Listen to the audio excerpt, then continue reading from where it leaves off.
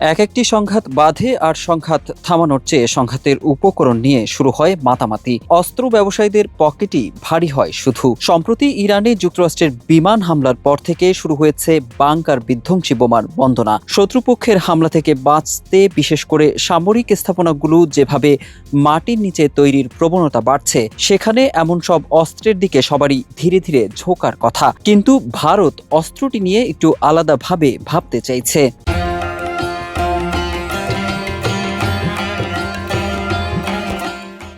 মার্কিন যুক্তরাষ্ট্রের বাংকার বিধ্বংসী বোমাটি সম্প্রতি ইরানে প্রথম ব্যবহার করা হয়েছে।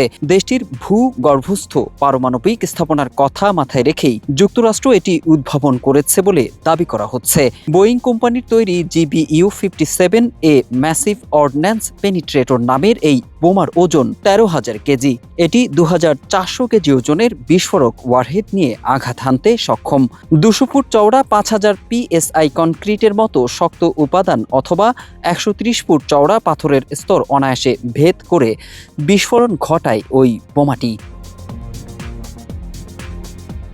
কিন্তু ইরানের ফোর্দো পারমাণবিক কেন্দ্রে হামলার পর মার্কিন প্রেসিডেন্ট ডোনাল্ড ট্রাম্প যখন বিজয় উদযাপন করছিলেন, তখন তার দেশের গোয়েন্দা সংস্থা এবং কয়েকটি প্রভাবশালী মার্কিন সংবাদ মাধ্যম বলেছে ফোর্দো সম্ভবত ধ্বংস হয়নি। ক্ষতি হলেও তার পরিমাণ সম্পর্কে আছে পরস্পর বিরোধী প্রতিবেদন। তাছাড়া বোমাটি বয়ে নিতে যুক্তরাষ্ট্রকে ব্যবহার করতে হয়েছে দানবের মতো বড় B-2 বোমারু বিমান। এখন অনেক দেশের হাতে যে উন্নত আকাশ প্রতিরক্ষা ব্যবস্থা আছে, সেসব মোকাবেলা করেই বিমানটিকে হামলা চালাতে হবে। এসবই মাথায় রেখে বাংকার বিধ্বংসী ক্ষেপণাস্ত্র নির্মাণের কথা ভাবছে ভারত।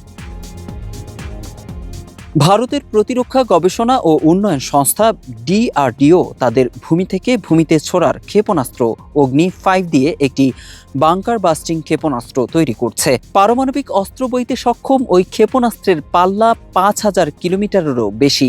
7,500 কেজি ওজনের ওয়ারহেড নিয়ে এটি 2,500 কিলোমিটার পথ পাড়ি দিতে সক্ষম। অর্থাৎ এটি মার্কিন বোমাটির চেয়ে 3 গুণ বেশি বিধ্বংসী হবে। এটি তৈরি হলে যুক্তরাষ্ট্রের মতো ভারতের বোমারু বিমান দরকার হবে না। অগ্নি-5 ক্ষেপণাস্ত্রটি হাইপারসনিক গতিতে ছুটতে পারে। মাক 8 থেকে মাক 20 পর্যন্ত এর সর্বোচ্চ গতি। ফলে ব্যালিস্টিক ক্ষেপণাস্ত্র প্রতিরক্ষা ব্যবস্থা একে আটকাতে পারবে না। এর ওয়ারহেডটি 80 থেকে 100 মিটার পুরু রিইনফোর্সড কনক্রিট বা মাটি ফুঁড়ে যেতে পারে।